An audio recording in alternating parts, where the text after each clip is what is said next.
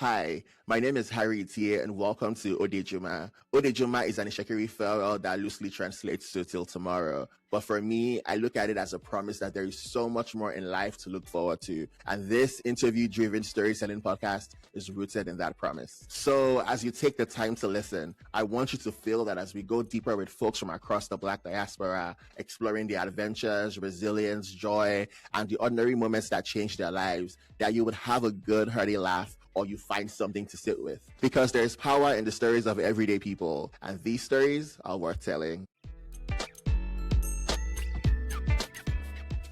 Hey y'all, welcome to another exciting episode of Odejuma. My name is Harry. It's Pride Month. We're excited, we're gay, we're queer, we're here. If this is your first time listening to this podcast, I want to implore you to hit that follow button, whether it's on Apple Podcasts, Spotify, Amazon Music, wherever you're listening. If you're watching me on YouTube, I also want to encourage you to do the same. Click on subscribe so that you get notified when we have new episodes. I'm super excited about today's episode because I have a very brilliant scholar who I'm going to dive into conversation with. Her name is Dr. Brittany Lewis, and she's a scholar, an author, and founder of Research in Action, where she has spent over 15 years giving communities ownership over the research done about them. Her book is called Building a New Table, and her works helped create Minnesota's first office of missing and murdered Black women and girls. I'm super excited. We have Dr. Brittany Lewis here. Hi, Brittany. How are you? Hey, I'm doing good. I'm doing good. I feel like these allergies are kicking my butt, but I'm super excited to be here with you. I'm excited to talk about the book, the work, and why it's so important. Yes. I'm super excited to dive right in. Like I was telling you before, just reading about your story and, your work was so inspiring. And it just gave me all the excitement to want to come and talk to you. But before Dr. Brittany Lewis, before the researcher, before the scholar, before all these accolades, like who were you? What is your background? How did you become Dr. Brittany Lewis? Well, that's a great question. I'm from the north side of Minneapolis. At a very young age, I came out as a queer Black girl and really had to navigate the world a bit independently as a result of that. But along the way, I found some really loving people who both affirmed my identity, who showed me the expansive love within community, and supported me in fearlessly pursuing my goals. So I feel like at a really young age, good, bad, or indifferent, I learned that I needed to be able to do things on my own, spearhead certain things on my own. And I think that's a double-edged sword. I think it made me really innovative and resilient. It made me believe that there was always more than one way to do a thing. So I think in one way that was really great. I think in another way, I think it made it challenging for me as I was coming of age to rely on others or ask for help or things like that. I would also argue that the experiences that I had in that loving community, it taught me the expansiveness of the work that Black women do for the family and their broader communities and how much that work goes undervalued.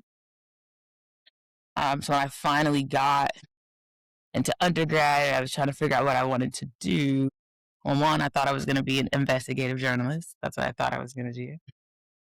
But I feel like once whether it's in my urban studies or poli-sci classes, we're seeing the ways in which Black women and families are being discussed as the problem or part of the problem or the thing we need to fix. I was deeply struggling because they were talking about both myself and the women who took care of me when others were not there. And I would argue they were always finding way with little resources to do amazing things. So I think I got really fired up going, no, that's not the story of Black womanhood that I know. And I want to be a part of rewriting that.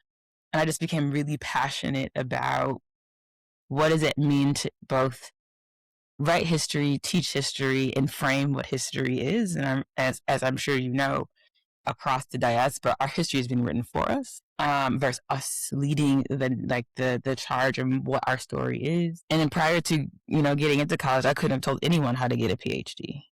That was not my background. That was not, where my family had come from. I wouldn't have been able to explain it to anyone. But it was my exposure to some amazing Black and brown scholars in the Twin Cities and elsewhere that encouraged me to see myself as someone that could be a part of rewriting that history. I kind of set my mind to something, Mm. and I saw it through. I would argue that in that process, I got married, I had kids, I did what most folks think, if that's success, maybe pursuing the professoriate, this is what it should look like, and you should sacrifice all those things to do that. But I also pushed myself into a very unhealthy place. I also later realized that being married and fitting into that framework wasn't actually for me. And I had another shift in my life where, I quit my job, I moved home, and I wanted to reimagine what I was going to do with my gifts. Because I think, we're all, acculturated in certain spaces, and we're trying to figure out where we fit. And what I realized is the vision I had for change never fit into the academy. I was always pushing back on professors. I was always in some form of tension around this framework of what it was supposed to be or what's possible. And it felt limiting. And whether I knew it then, because I didn't, that all those things would get me to this place where I'm completely independent from the university. I have my own research company, pushing back on traditional models of engagement that never worked for us in the beginning. But I don't know if I could have told anyone I was going to do that. I also feel like I got to a place in my life where I needed to make sure I was living my values. And many of the places I was working in wasn't supporting my ability to do that. That is really interesting background of how we got here. I'm really curious. I want to go back just a little bit more to you talk about growing up as a young Black queer kid and finding a community of Black women who took care of you and nurtured you. And that kind of, became the basis and the foundation for your advocacy and the work that you're doing right now in community. It's Pride Month. There's a conversation that people always like to have around Black folks and homophobia and naming that, we are, for some reason, the most homophobic people, right? But you are here naming that as a young Black queer kid, a community of Black women were the ones who helps you be your best self. Can you talk a little bit about that? I feel like that in itself feels powerful because I feel like a lot of times you look at, the other people as the yardstick and standard for acceptance and love and tolerance when it comes to all things queerness. But our communities, we give them the side eye when some people are finding community and joy and wholeness in their queerness in our Black communities as well. Yes. So my own immediate family, truthfully didn't know what to do with me at that time. And I think in some ways it might fall into some of this narrative of their inability to love me fully despite some of their own unresolved and unhealed understandings of identity. I remember this because my family dropped me off at the bridge, which is a youth shelter. And I guess they thought that was going to, I don't know what they thought that was going to resolve or do. Did little to nothing. And I ended up choosing on my own not to live with my family. And a Black woman whom I love so much, Miss Dorothy, I moved in with her and her family. And when I tell you the amount of love and how I was embraced as a family member always sticks with me. And, when I tell you that, Miss Dorothy, like many Black women in America, were working but still couldn't pay all the bills, but made sure we was all fed. I never had to ask for food. I don't know how she did it. She would take me on their family vacations. I became a part of their family. So at the time, she had 3 kiddos. They all went to North High School. I was just another one of the kids at that point. We had conversations openly about, sex and sexuality. And honestly, every time we had these conversations, she would be like, you know, I support you in whatever you choose. What I'm most concerned about is you getting a good education. I'm most concerned about you feeling loved and supported in pursuing that, like regardless of, who you choose to love. And truthfully, I didn't need her to spend a great deal of time sitting down talking identity with me. If I were going to be honest at that time, I just needed a loving adult to say, in addition to, I don't look at you any differently. I support any relationship that you are in. And if there are any questions you might have, I'm here. And I didn't really need anything else. I think at that age, you're just looking for folks to affirm you in your embodiment in whatever form it takes. And know that you can go to them if and when you have questions. I think at that time, all I needed to do was just feel affirmed. And she gave me that. And honestly, when I think about the effortlessness of embracing someone for who they are, and seeing that as an asset, not a deficit. Mm. And that's what I felt. And I feel like it was watching her selflessness and the way that she loved myself, her own kiddos. Like I had pictures on the fridge, like I was on her kid, right? And we still talk to this day. Love her to death. I think we forget that some of the simplest things in community are right. Yeah. And I'm just so grateful I got that. And I say that too because at the time there was this place in the Twin Cities called District 202, and it was like queer youth center. Also they had like queer club, which we don't have anymore. This place was shut down years ago. But like when I tell you at this time, we would hang out at this queer youth center. We used to go to like queer youth club nights. And I met queer youth from all across the state and the city coming to this one place, many of whom are sleeping on the streets, many of whom, whether it's were already addicted to drugs and drinking.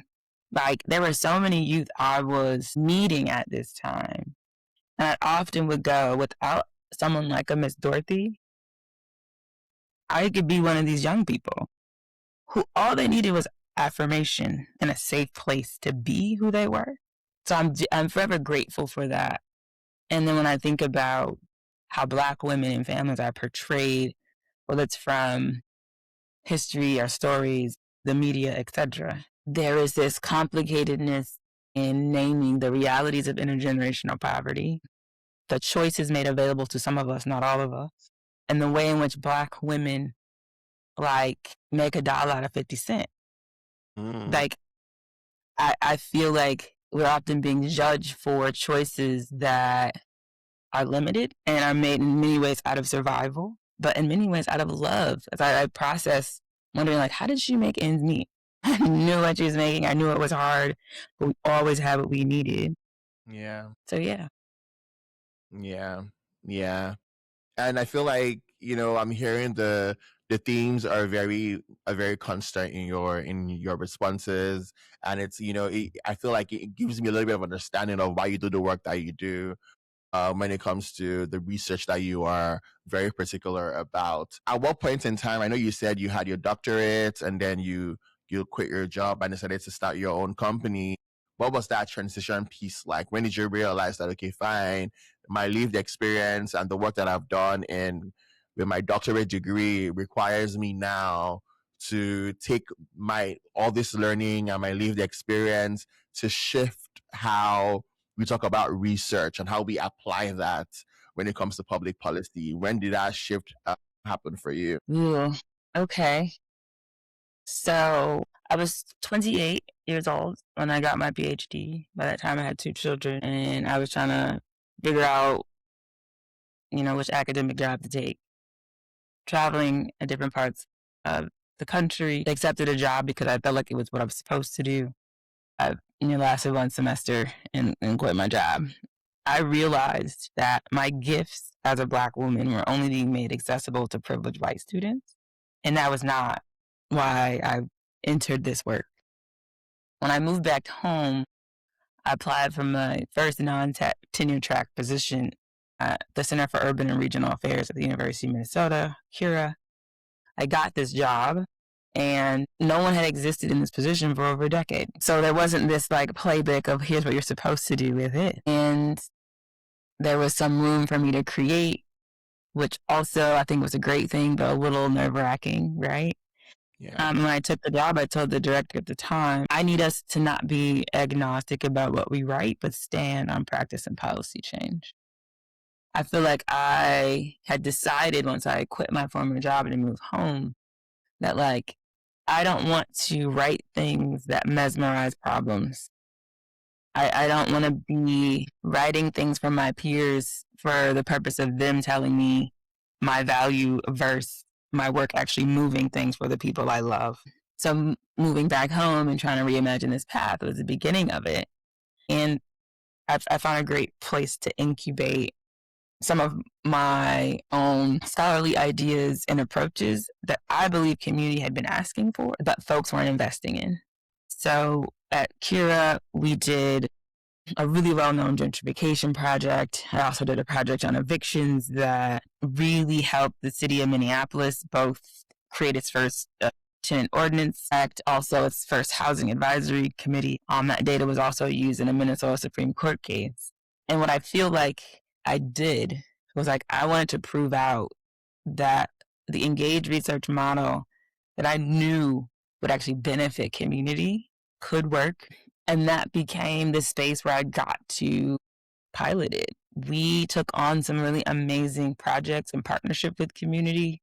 I was able to prove out to my director and their center that there's a different way to partner with community to actually move real practice and policy change and stand on those things. There's this notion in the academy that something is objective. The presumption that the canon of white men we are often learning from have objective viewpoints, and none of it is objective. And that's just ridiculous. I name very clearly, I have interests. Here's what they are.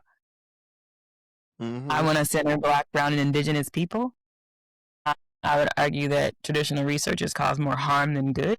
And you can go as far back as the, Tuskegee experiment, I think the medical industry, broadly speaking, has both used the bodies, the minds, and the kind of humanity of Black folks as their subjects of research. And I think there is a way to ethically undo those practices.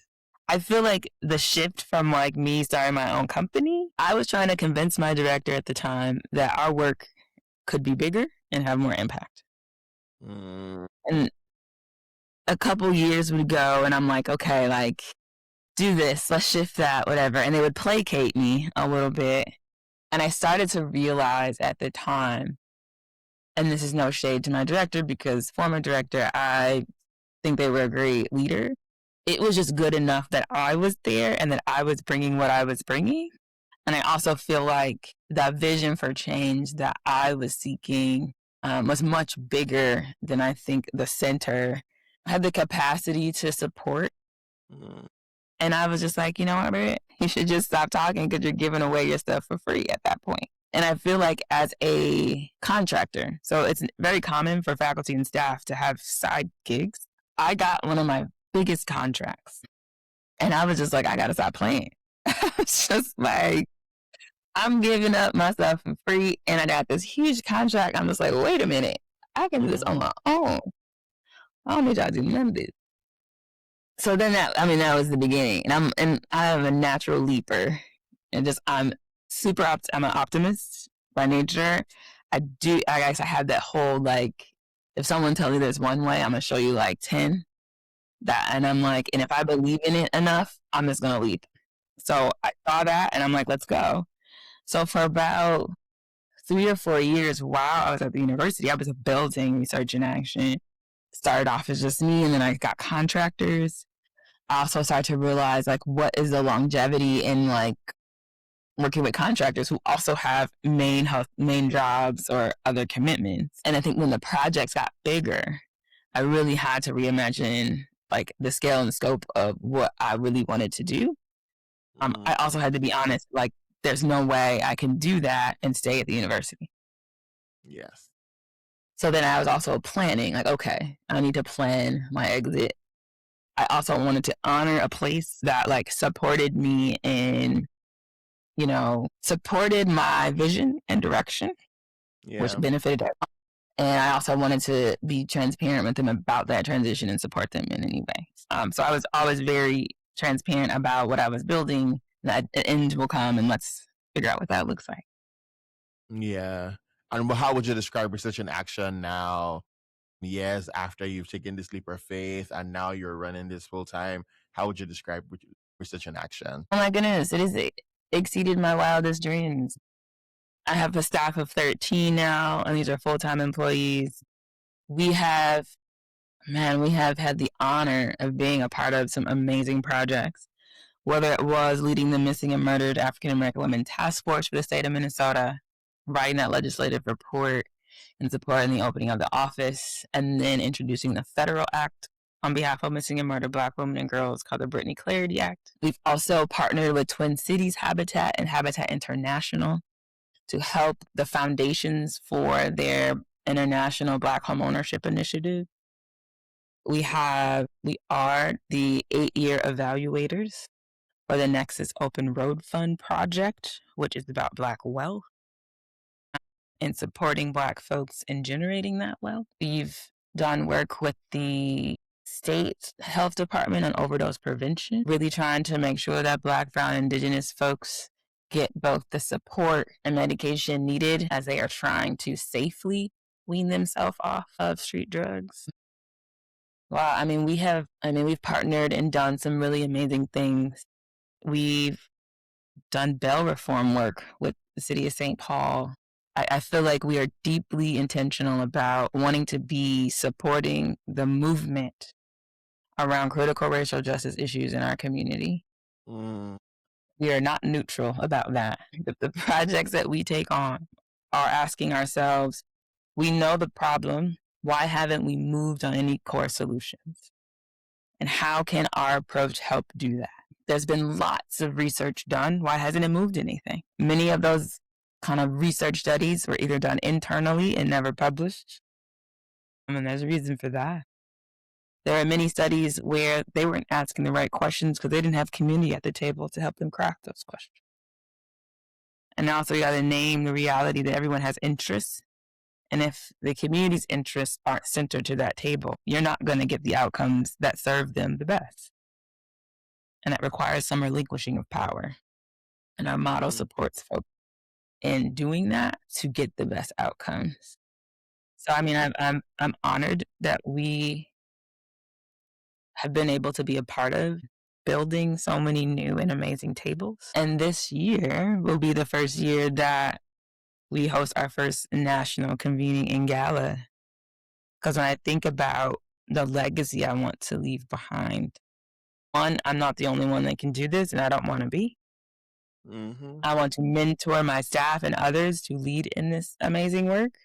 I also know there are Black women all across the country, all right, who have created their own organizations, consultancies, practices, because the institutions from which they were trained and their limited way of thinking and engaging pushed them to do so. And I really wanted to bring all those women together to share the innovative ways that we have partnered with community and created change all across the country so that we all could learn from it and really push our respective fields to think differently about change and help, fund the work. So I'm super excited that that'll happen for the first time on June 11th and June 12th. That is amazing. And before we get there, I want to talk on the book a little bit. The book is called Building a New Table, a community-centered handbook for transformative social change. I want to start off by asking about community expertise, because I think that the book centers on your theory or your framework called Equity in Action Model, right? Which is looking at centering community members when it comes to research. on the research process. So tell me a little bit about the equity in action model and what that means and what that looks like. I know you don't have to give out everything. People still need to buy the book for sure, but I want you to share what you can share about that model and what was it like figuring it out and developing that model, and how can we even apply it to whatever field of life that we're in general. 100%.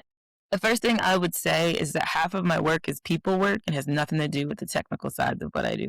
The equity in action model is just as much about the process for repairing harmed relationship as it is using data as a form of change, like an artist uses a paintbrush to influence culture. So when I think about what truly engaged action research is, it is like the intersections of like community engagement, innovative data and learning processes, and like concrete activation, meaning you have to create a new table where everyone is willing, with the influence they have, to move whatever we all come to and agree on.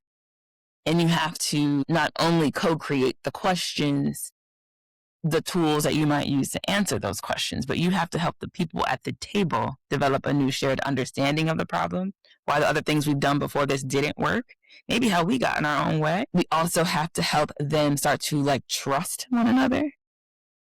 We have to help them understand simple things like we will disagree, conflict will happen, and how do we come back to the table when it does? So this model is just as much about supporting people in their like self-awareness journey as it is about using data to move change, because data is moving everything. And then like when I use the word data, like everyone is doing research every day.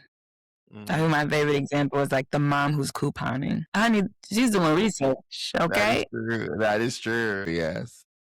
We're all doing research. And I think there's also this way I want communities who have felt like it is a language that they've been pushed out of, reclaiming it. Like, I want us to reclaim this language that's been used against us, that's made us feel like we don't either know enough or won't understand. So it's also my philosophy that it is our job to make what has historically been jargon-like language clear and accessible. So the model is 6 steps. It's about shared understanding, shared language, and shared strategy, and how to support people in doing that so they can produce learnings that move conversations, and they all feel confident standing on those learnings and using that to influence decision making. That is kind of the equity in action model's goal at the end of the day. And there are various actors at that table that have roles that they need to understand and lean into in order for it to be successful.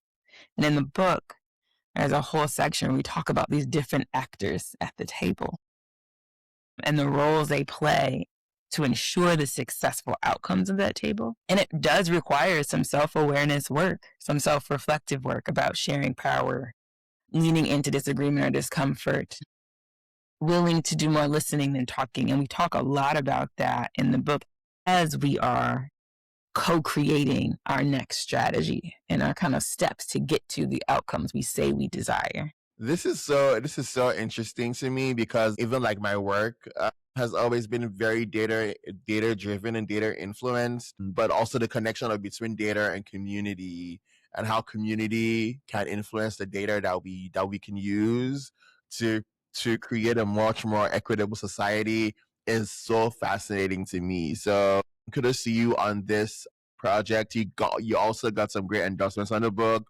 There's Ilhan Omar giving a blurb. There's Keith Ellison, who's the Minnesota Attorney General, Chris Coleman, President and CEO of Twin Cities Habitat for Humanity. So you have a lot of heavy hitters endorsing and expanding this work. So does that bring us to community research for liberation? Is the equity in action framework the basis for this convening that's happening in June in Minneapolis? Yes. I mean, I would say the equity in action model is the framework that we use to both partner, guide our values and our strategies in all spaces. And the convening is really a representation of, I think, two main things. We want to support people in an investment where we're building a new table versus accepting an invitation to someone else's.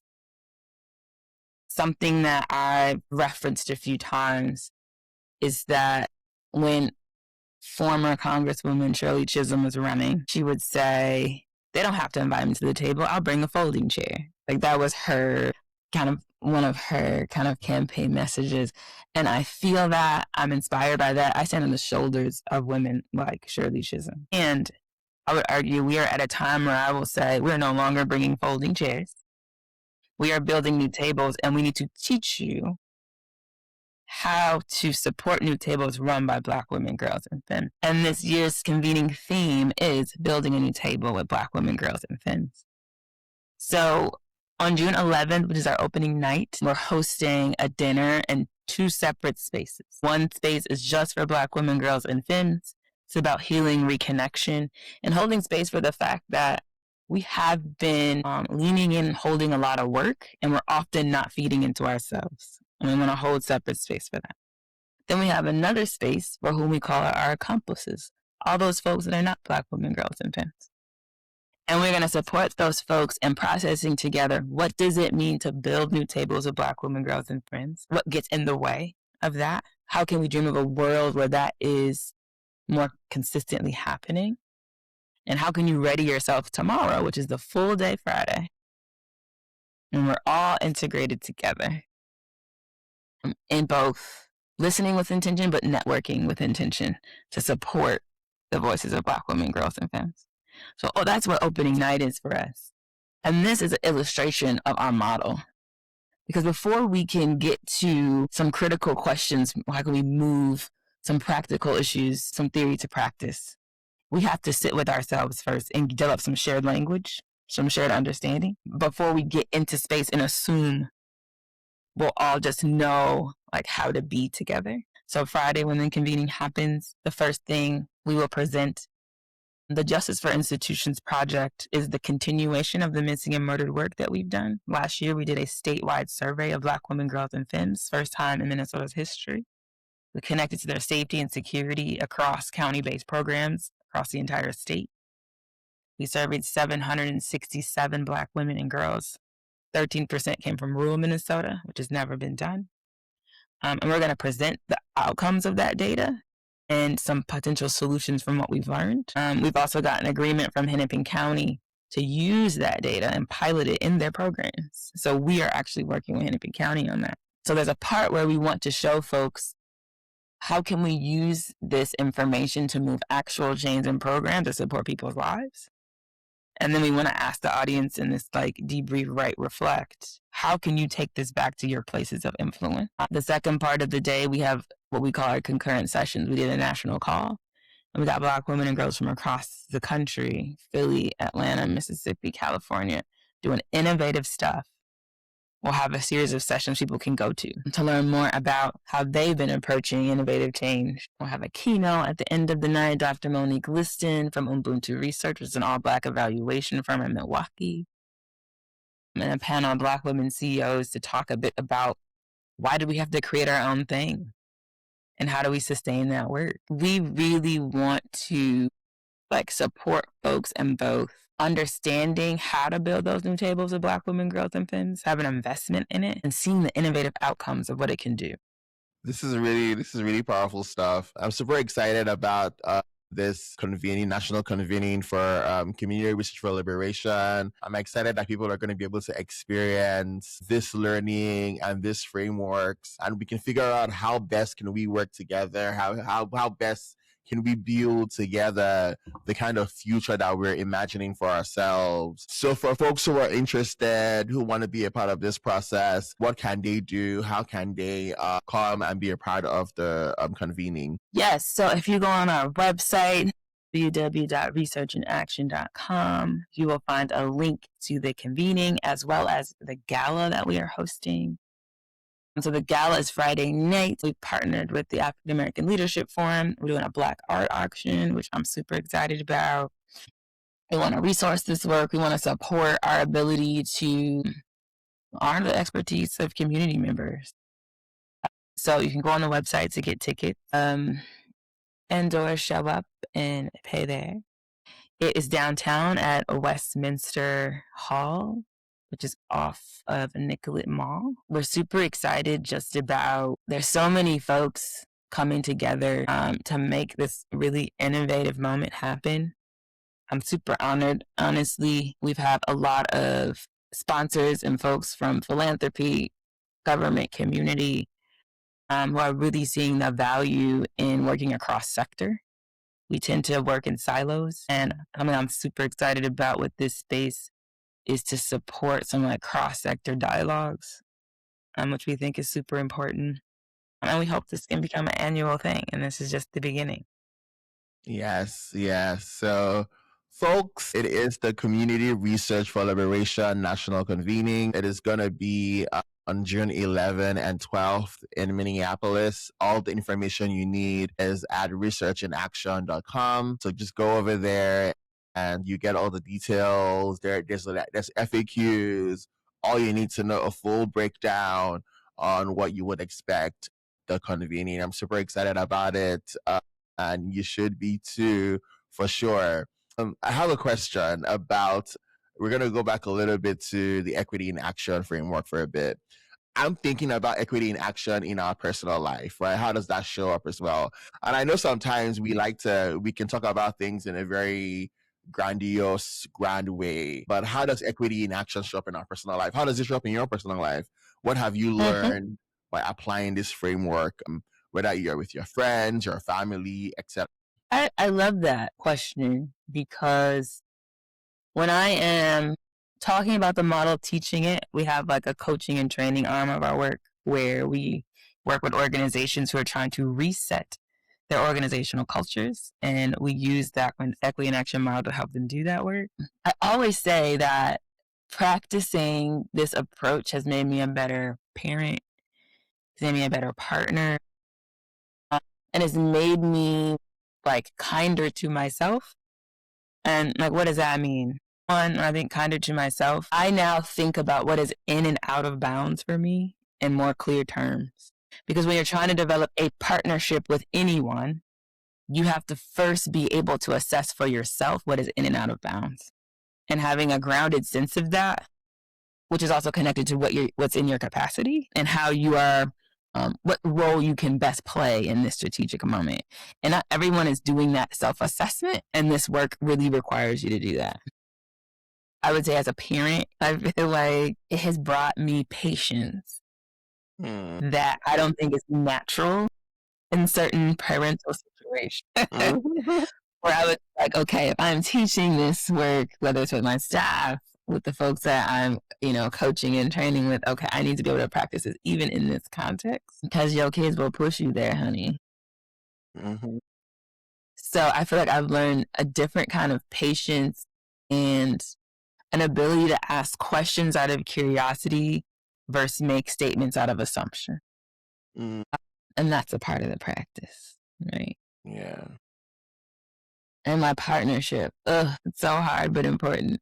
I feel like it gets to this heart of, do your values match your strategies? And if you're being really honest with yourself about the values you claim and how you actually act on them, that shows up in every part of your life, whether it's how you and your partner are interacting or how you're dealing with that conflict or disagreement at that moment. So as you're teaching these things and showing and modeling those things in the equity in action model, you have to look back at yourself and go, how am I modeling that same ethic or value in my personal life? And then if there are things that are preventing me in feeling as confident in doing that, I need to interrogate why. And that's my work. That's not nobody else's. So I think overall, it's made me a better person. And this is not to say I feel like I'm anywhere near the word perfection. I had those moments where like, you know what? I didn't really need to knock it out. I could have paused. I'm going to go back and apologize and say, here's how I was feeling. But that, I should have approached it that way. Yeah. And don't ever do that again. So this is not to say mistakes won't happen, and it's in the book. There's a phrase in the book called, how do you fail well? because we're all going to make mistakes.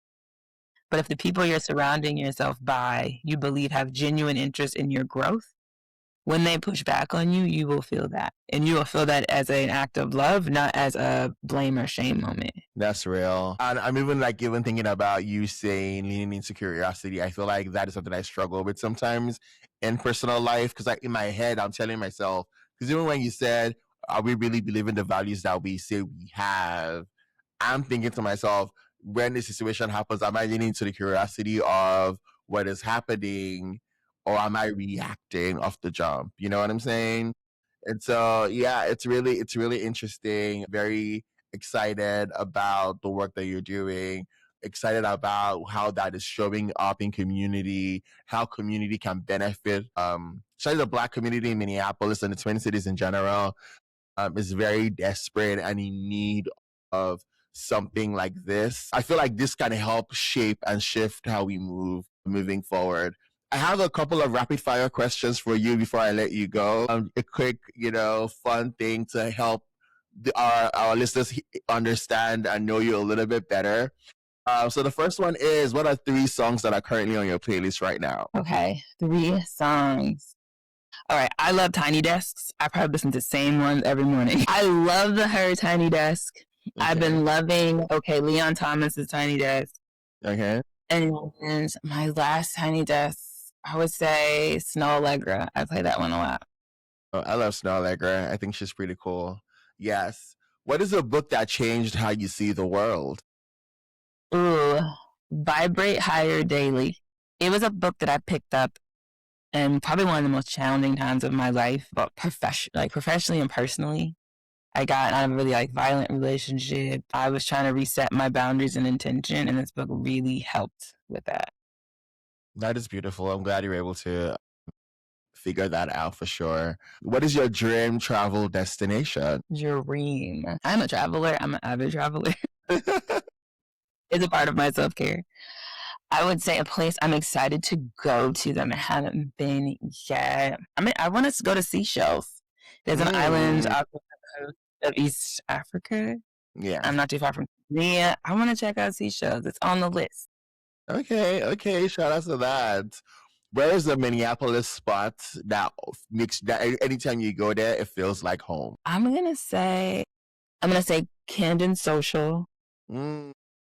I absolutely love Kat and Fonzie. Known them for a really long time. It's so great to see it from an idea to a reality. Yeah, I think it's really just dope what they're doing. Yeah, I love it. I love what they're doing over there as well. What's one word your kids will use to describe you? I'm sorry. I think they'd say I'm too much. Why would they say you're too much? Too much. They feel like I'm always going into lecture mode. Because something will happen. I'm like, wow, did you know? Blah blah blah. I'm like, too much. I just want a quick answer. That's real. That is real. What is something that brought you joy this week? Something brought me joy this week. Okay, I got to visit some friends in New York. I was in New York this past weekend. I went to my first Broadway show. Ooh, what did you see? I love Broadway.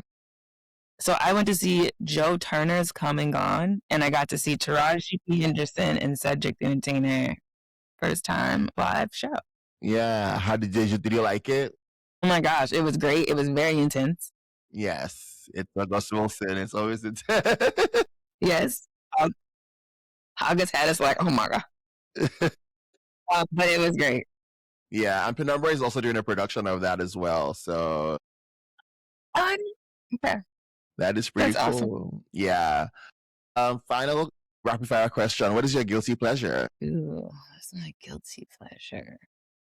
I don't know if I feel guilty about that. People always say that they don't have any pleasures they feel guilty about, and that's a good answer too. So it could be like, what is a pleasure that you enjoy indulging in, or something like that? Let's just say I'm a spa girly. I love body work. Like, rub me down. I could get a massage every day if I could afford it. Yeah, I really love body work. And I don't know if I feel it's a guilty pleasure. I think it's necessary for the self-care. Yeah. Okay, that's pretty amazing. Thank you so much for answering our rapid fire questions. But before I let you go, I wanna find out, if your life were a book, what chapter would you say you're in right now, and what are you learning from that chapter? I feel like this chapter is called Living in Your Truth. Mm, I feel like I feel like I've gotten to a point where I'm very clear and firm about my boundaries. I'm very clear and firm about the intention behind what I've built and where I'm going. And I'm okay if everyone can't go. I'm okay being clear about like what I need to be surrounded by to continue to grow. And I'm also clear about how I can be of support to people and when I can say I might not be the one. And I think that level of clarity is really important because I think formally I would spread myself thin, thinking like I had to do everything, or I wasn't sure if I was missing an opportunity. First, being clear about what my capacity was. I just don't feel that anymore. I feel really like grounded and intentional in the direction I'm going. And that both feels settling and it feels like it's a different chapter of awareness. Because I'm also processing what does it mean to like work yourself out of a job kind of thing. Like, what does that mean? And I've also asked myself, I'm doing this work now. I don't actually want to do it forever. And I'm like, I think I'm here in the role I'm in for a reason. And if there's this piece around legacy that I'm really leaning into, and like, how am I cultivating someone else to take my place? And I think my brain is there now. mm, that's real, and I feel like it's very important because I think that sometimes I think sometimes we're wired and we're taught to hold on to things so much and so tightly, and without passing on the torch, without impacting the knowledge. And so it's really nice that you are in that space where you're thinking about legacy and how you want your work and what you've built to live on past you. That's very awe inspiring. Thank you so much, Brittany, Dr. Brittany Lewis. This has been such great conversation. I have learned so much from you, and I'm really excited to see what's next, what's coming forth. If you are listening wherever you are, make sure you get Dr. Brittany Lewis's book, Building a New Table. It's available everywhere. I'm guessing, right? Yes. Amazon, You've Impressed, all the places.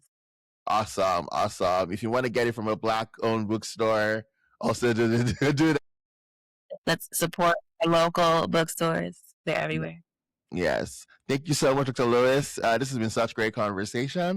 And yeah, if you've been listening, whether you listened on online on the podcast or you watched us on YouTube, thank you for staying with us. Don't forget to like, subscribe. I will share Dr. Lewis's information in the description so you can follow and you can learn more about the book and the convening and everything they have got going on.